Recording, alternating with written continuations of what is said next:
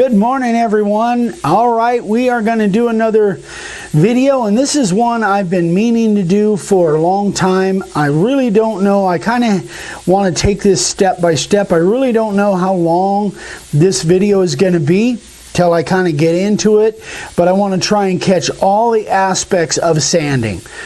And sanding in regards to sanding routed signs.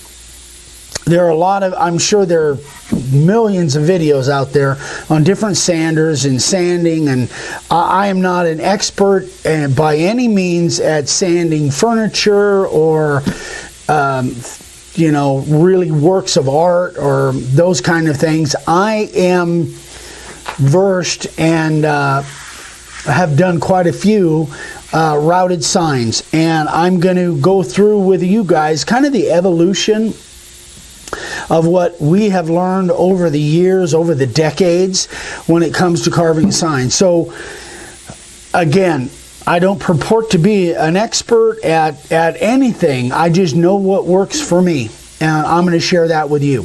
So in regards to carving signs, back in the 70s when Dad started, we used belt sanders. A variety of different belt sanders, but in essence, older versions of these. These are my two favorite belt sanders, basically. Just little 3 by, well, what's this, 3 by 21? 4 by 21? Gosh, it's been so long, I can't even remember. I haven't used this for a while. Anyway. A combination of different belt sanders. And if you guys are watching this, it could be that you've watched other videos of mine and seen me use these many times, probably hundreds of times. But I have evolved from using these, and I'm going to kind of go into that. But if you're still using belt sanders, the basic idea is that I have two different sanders. You can get by with one sander, but I have two different sanders because, going back again to the way we started, we were carving signs out on site at horse shows and flea markets and county fairs and all different kinds of things back in the 70s, 80s, and 90s. And we needed to be able to do it fairly quickly, make a good product, do it fairly quickly, and pump them out. And these are, you know, this is typical of what we did. So, if we are using belt sanders, my suggestion on the front of the sign, my suggestion is to go with the grain. That is to go with the grain this way. This is probably a 60 grit, something like that. It's fairly aggressive, and I would use this for my first sand. Now, I'm kind of getting ahead of myself, and I should have probably made notes on this, guys, but I kind of just fly off the cuff. So this board here is a piece of redwood, but you guys know that, well, here's a little piece of scrap on the cedar fencing that I use for most of my small signs, that many of you do as well, but some of you don't. But generally on the back of the sign, I'll sand cross grain with this, just because, again, it was a kind of a speed thing. If I'm sanding cross grain, it goes a lot faster, and I can gain a little time there. But on the front of the sign, I would sand with the grain, with my 60 first, and then I would sand with, I think this is like a 120. Actually, in this little thing, I think it's a 175. It's kind of odd grits on this little, what I call an armadillo sander, which is, I think they discontinued this, which is really a shame because that's a neat little sander.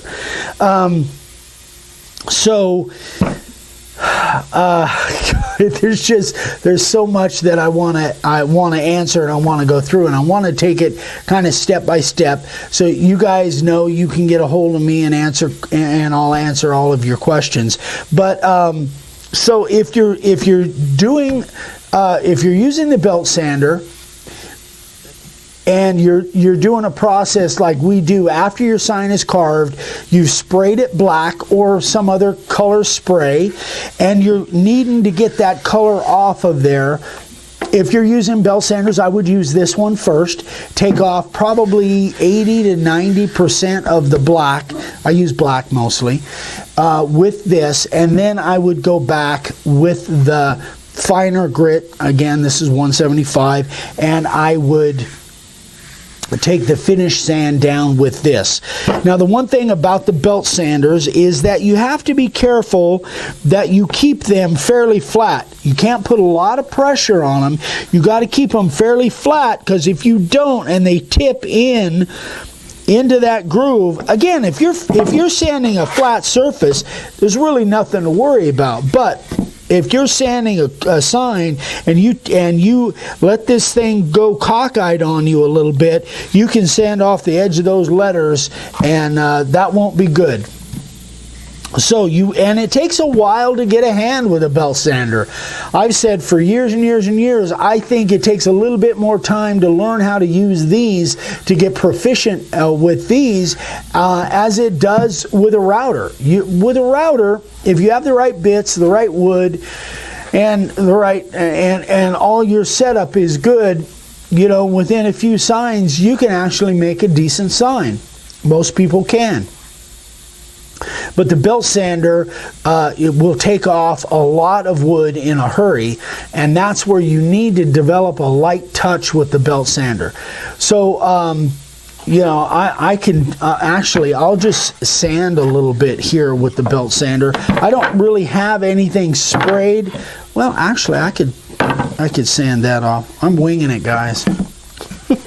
I might have to put my sanding board up here, because this may want to move on me.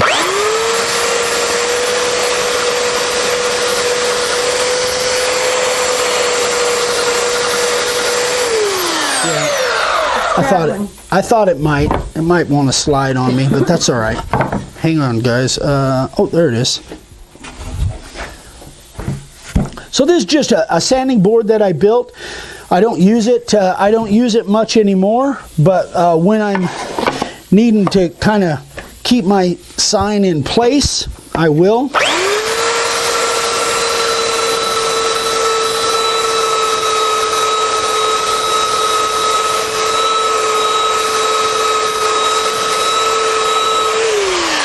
You can see that's a pretty rough surface there. So that would be my first sand, and then I would go with my, I think this is a 175.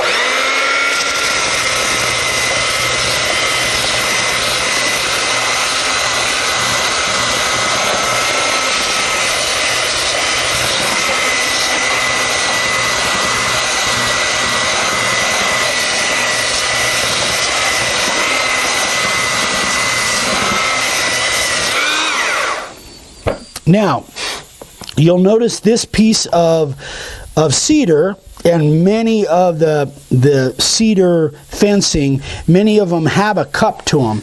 You can see how that has kind of a cup to it. That's the reason, I hope you noticed that the sander actually follows the contour of the crown of that board. If it was carved on the other side, you would have all kinds of issues. There's another reason.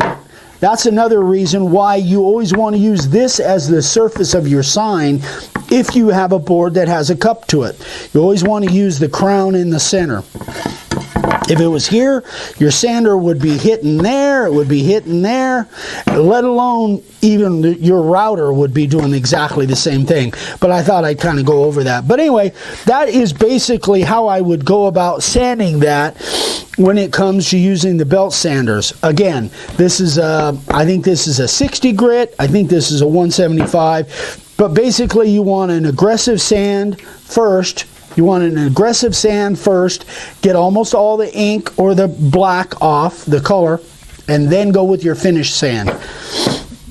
Okay, so now what we're going to do is I want to show you an alternate way that you can belt sand that may come in handy if you have a cup thing going on like this. So we're going to move into the regular shop, and I'll show you what I'm talking about. All right, guys, so I want to show you a different version of a belt sander that we have used in the past. Dad was really big on using this back in the, gosh, 70s, maybe 70s and 80s. These sanders have been around for a long, long time, and we use these things constantly. Dad still uses them multiple times every day for different operations. But this is a big 6x48 sander. It's got a disc, I think that's a 9-inch disc if I remember right. I think it's a 9-inch disc. Yep, 9-inch disc on it, and we use these all the time. I used to use this for rounding my corners on my boards. I don't use it that much anymore, but this is a way that Dad used to sand signs on a regular basis. Now, if you have a board that does have a cup to this, you've got several different options. You can run it through it, and you want, let's say that this side, for whatever reason, was just trash, and you couldn't use this side. Remember, the one thing about this stuff, guys, is it already starts out thin. I don't want to take any material off of this board that I don't absolutely have to. So let's say, for instance, this was a blank board. This side is trash. Let's say it's all chewed up or something, and I have to use this side of the board. Well, it's got that knot I'll have to deal with. That's no big deal. I can fill that. But if I was going to do this, this is one way you could do it. Well, one way you could do it is run it through a jointer and flatten that off.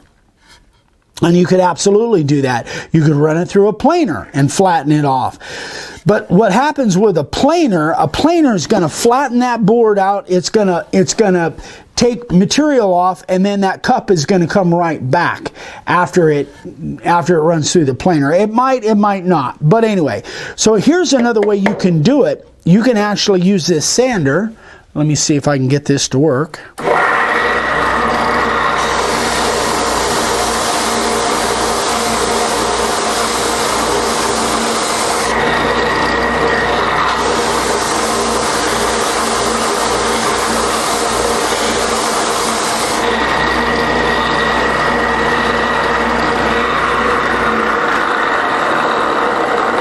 Now, I probably would take more of that off, but I wouldn't necessarily, yeah, it's dusty in here. I wouldn't necessarily have to. My base now probably would slide on that. And remember, I'm going to sand this off again with my belt sander or my disc sanders once my sign is done. I probably would sand this off a little bit more. Now, what I could do, if this is too rough, I could actually contour that a little bit.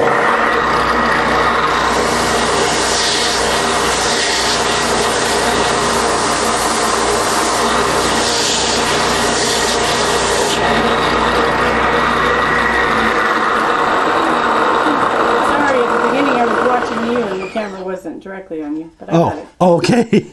So now you can see it still has a little bit of a cup to it, but most of that roughness is gone. And all I did, so I sanded these two edges on the bottom side, obviously there, and then what I did is I kind of held it a little bit, and I kind of cheated that a little bit by using the edge of that just to get some of that roughness off. It's just stuff that I've learned over the decades, guys, but this is another version. I don't do this. Dad used to be big on this. The reason I don't do it, honestly, is I grew up carving signs out at flea markets and horse shows and craft fairs and that kind of thing, and this isn't real portable. I needed something that was more portable than this. If you're in a shop and you're not actually doing it out there on site, and you've got one of these, you can absolutely do it. Every once in a while, it'll get away from you and shoot across the room. That's why Dad has a little catch set up here. But in essence, that's another way to do it. So I just wanted to share that with you guys. This is another version of a belt sander, 6x48. Works really, really well, and they've got different size versions of this. But anyway, so let's go back to the patio and we'll move on. All right, we are back to the patio. So I think I pretty much touched most of the things. Again, I looked at it. This is a 3x18, and I think this is like a 2.5 by 14 or something like that. 2.5 by 14. Hey, I guessed right. But it's been a while. You guys, since I started using my newer sanders, I really haven't touched these much. They still have a place, but I just don't use them very much. So, anyway, I think I've hit on the belt sanders pretty much on everything. So I'm going to move them out of the way. And then I am going to go into what I have evolved to as far as a sander goes. So now, and you guys, most of you probably already know this, but I use these two sanders to replace those two sanders. I will put the model numbers, rather than just saying them, I'll put the model numbers across the screen right now. As a matter of fact, I'll probably put the model numbers on those other sanders across the screen as well. But what I have found out, and to be honest, people have been suggesting this sander to me for a couple of years, that they really liked this sander. I tried it. I wasn't really crazy about it. I didn't really like it because I was trying to use it for both operation, both for my first sand, and that would be taking off most of the black spray, and I was using it for my second sand, and it just wasn't working out for me. I just wasn't comfortable with it.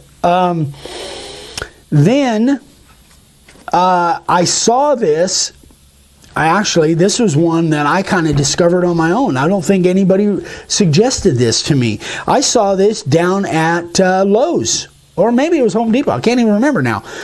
And I thought, well, man, I like anything that's got a pistol shape. I like it. So I thought, man, who knows? Maybe that'll work. So I bought this thing. I came home. I tried it and hated it. It was crazy. It was like uncontrollable. There's nothing, I just couldn't control it. It was crazy. So I set it aside. Next time I went down to Home Depot, I was going to take it back, get my money back. Then about a month later, I picked it up again. I thought, I don't know, maybe I was doing something wrong. I tried it again, and I tried something, and it was like, oh my gosh, it was like an aha moment. So let me tell you what I hated about it. So, well, actually, let me grab a different board. Here's a piece of, I don't even know what this is. That's something I was playing with when I was doing my practice on my power carving. This is a piece of solid, I don't know what the heck it is, but it's hardwood for sure. So when I tried this and I hated the results, here's what I was trying to do. That's what I spent about 5 minutes doing that. I'm going, no, that ain't for me. So I set it aside. When I picked it back up a month later, what I realized was that you can't treat this like you treat this. This is made to be flat. This, as far as again, this is just me, guys. You guys might do it a different way, and there's probably people a lot smarter than me that may know a different way to use this, but that was not working for me. So what I realized is that if I use the edges, this thing really worked well. So in contrast to that first thing,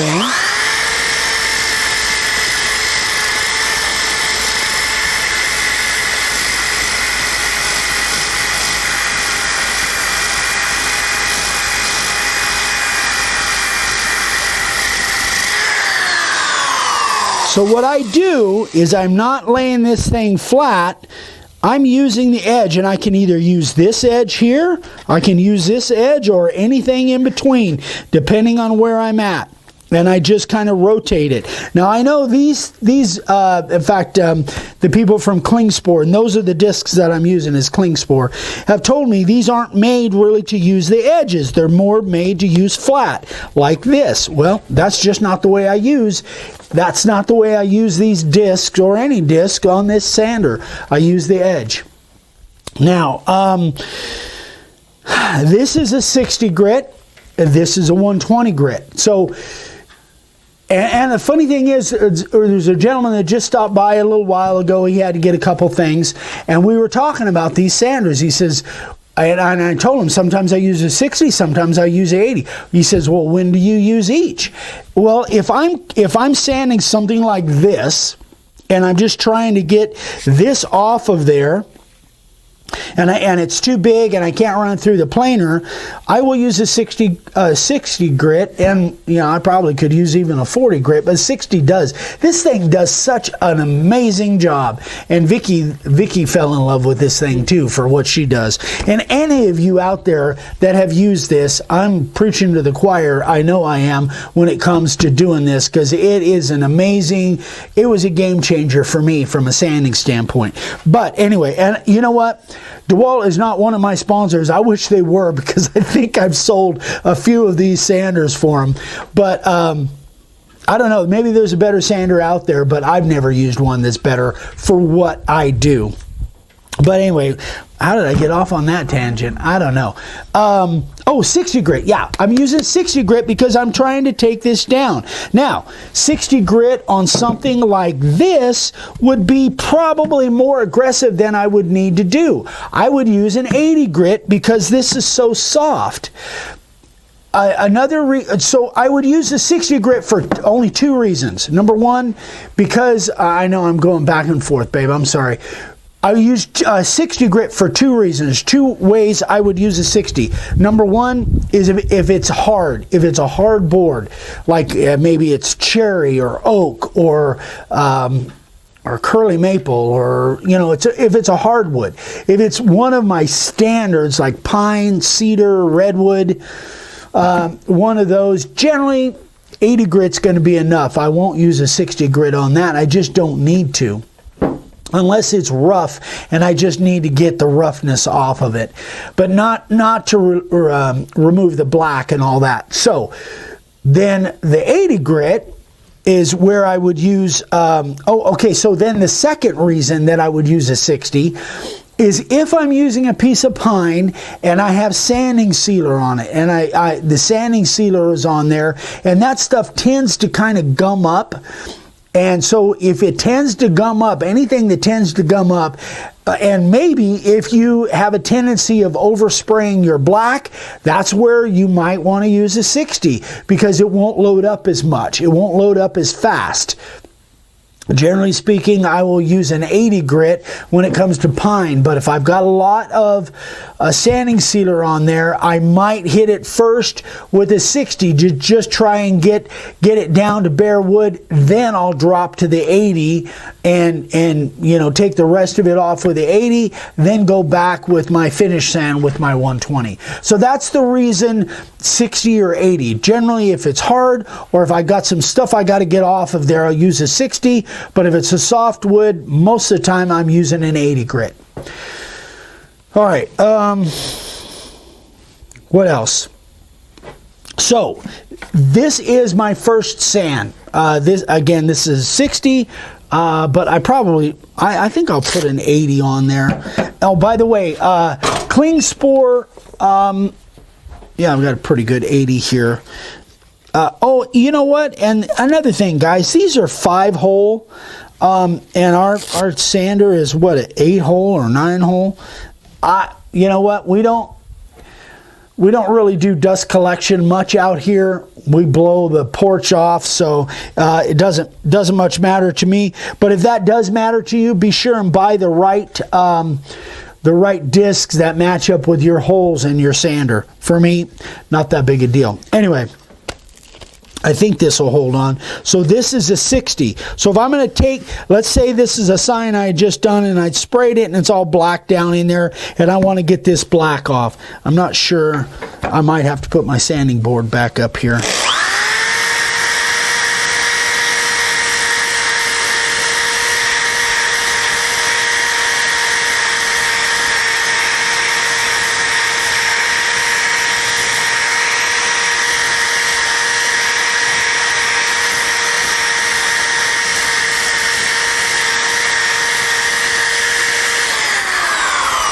Very light touch, guys. I'm just barely touching that thing. Now, it is moving around on me, but if I had a really clean, this mat is getting kind of bad, but if I had a really clean mat on here, it might not move around as much. But you have to have a really light touch with that thing.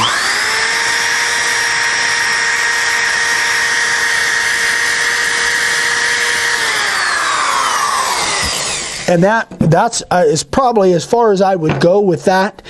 And then for the this is my 120 for my finish sand.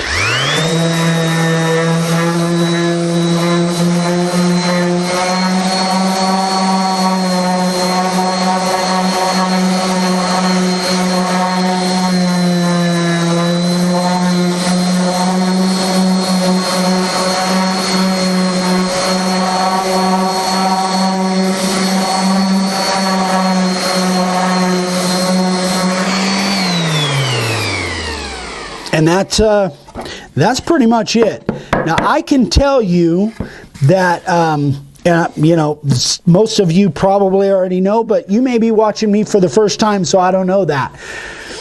I can tell you that this process is so much better. It's tenfold better than what I was using for years. I think I've been using these maybe about a year now. I can't even remember really, but it's tenfold better than what I had been using for decades with the belt sanders.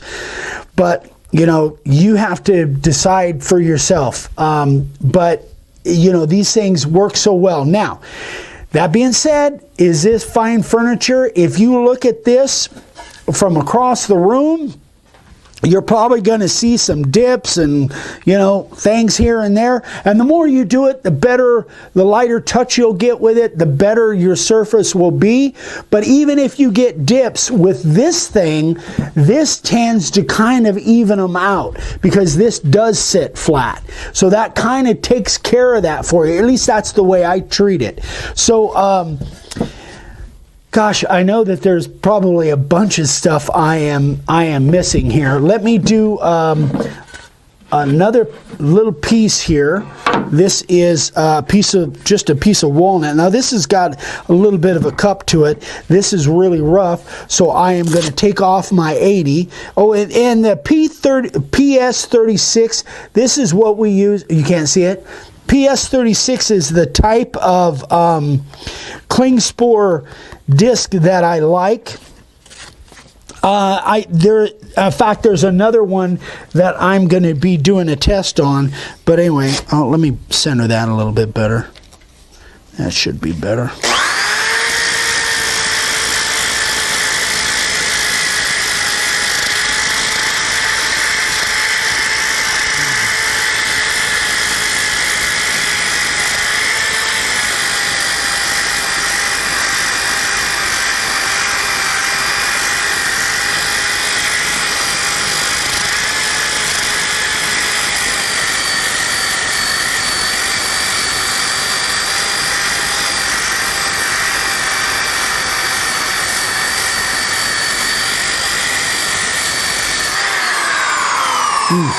Love the smell of that walnut.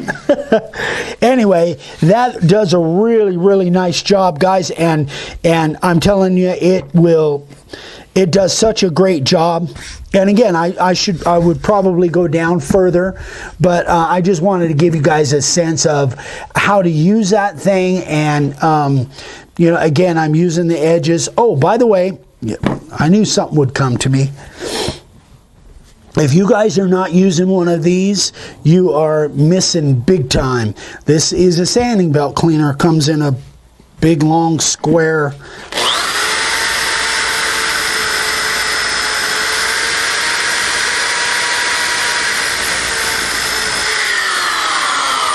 This thing will save you so much money.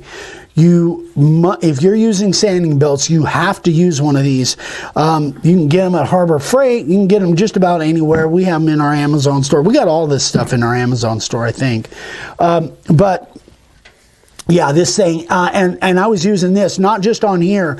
This saved me thousands of dollars in belts, in sanding belts, back in the day. Yeah, I know it did. There's just no doubt. So, sanding belt cleaner, very cheap, and will save you tons of money. Okay, so let's go into one other thing. Again, like I say, we have switched over to Klingspor. I love the Klingspor discs. Vicky and I use them exclusively now. But Klingspor also, they have so many different sanding products, abrasives. They sent me some samples, and I had set this out. So they have what they call green tech. And this is a different kind of material. And I have been using the blue stuff. Oh, is it? The other way. Anyway, check out the green tech stuff. Somebody, one of our guys had been using green tech, and he was wanting to know the difference between the green and the blue that I'm using. And they sent me some samples, and this is a 120, an 80, and a 60. 60, 80, and 120. So I was playing around with that. I'm going to move this stuff out of the way. And I'm going to kind of just sand a little bit here. This is a piece of like curly maple, I think, or wormy maple. Yeah, Luther sent this to me a while back. Anyway, I thought I'd try the green tech and see what I thought as compared to, I think this I did with the blue, and now I wanted to set up and use the green. Man, I am just really all over the place here. Sorry, guys, but then Vicky's used to it. Kinda. All right, let's see what is that you're using there? This is a 60 here. So we've got a 60, an 80, and this is a 120, I believe. Yeah, that's a 120. So let's see what happens.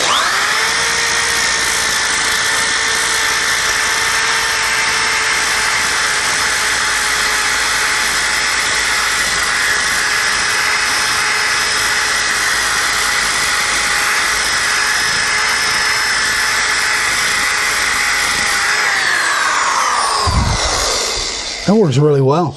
It works really well. I don't, you know, and when I remember when I was playing around with them the other day, I really can't tell much of a difference. Again, I know that there is a difference, and based on their flyer, they say it loads up less.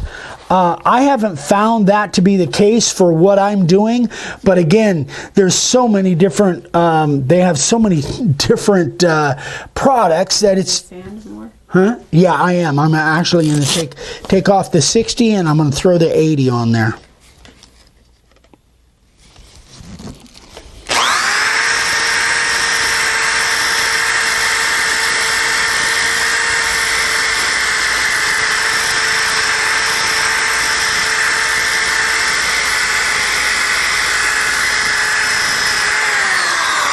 So I don't know if you guys can tell, I'm using kind of this edge over here as I'm sanding that.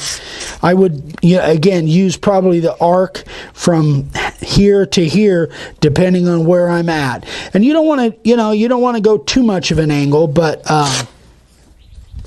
yeah, these discs are nice. And I think they, if I remember right, then I hope I'm not wrong here, but I think they're a little more expensive than the blue ones that I use.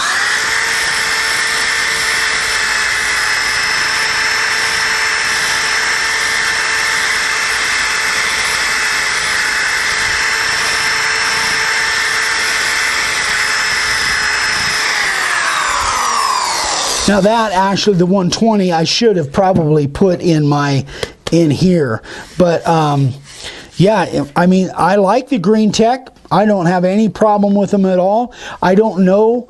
I haven't used them enough extensively to know whether they load up less than the blue ones. Sorry.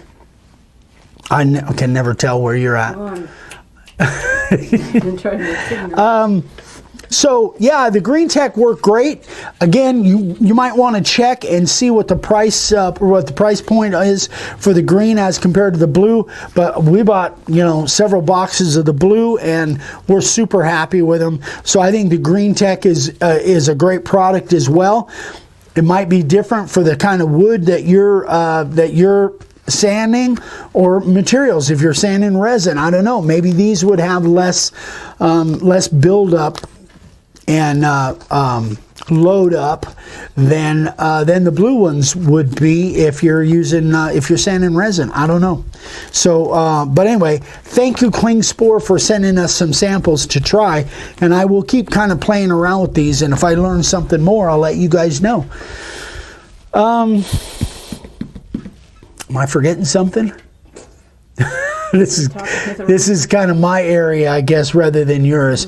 But anyway, guys, these are my newest evolution of sanders, and I absolutely love my process. I actually now, I probably didn't have to do all this sanding, but now I find reasons to sand. This is just such a fun process that I love sanding with this thing. I just do. It used to be the bell sanders was a chore, and I did it because it needed to be done. But these things, I don't know, you see the results so much faster to me.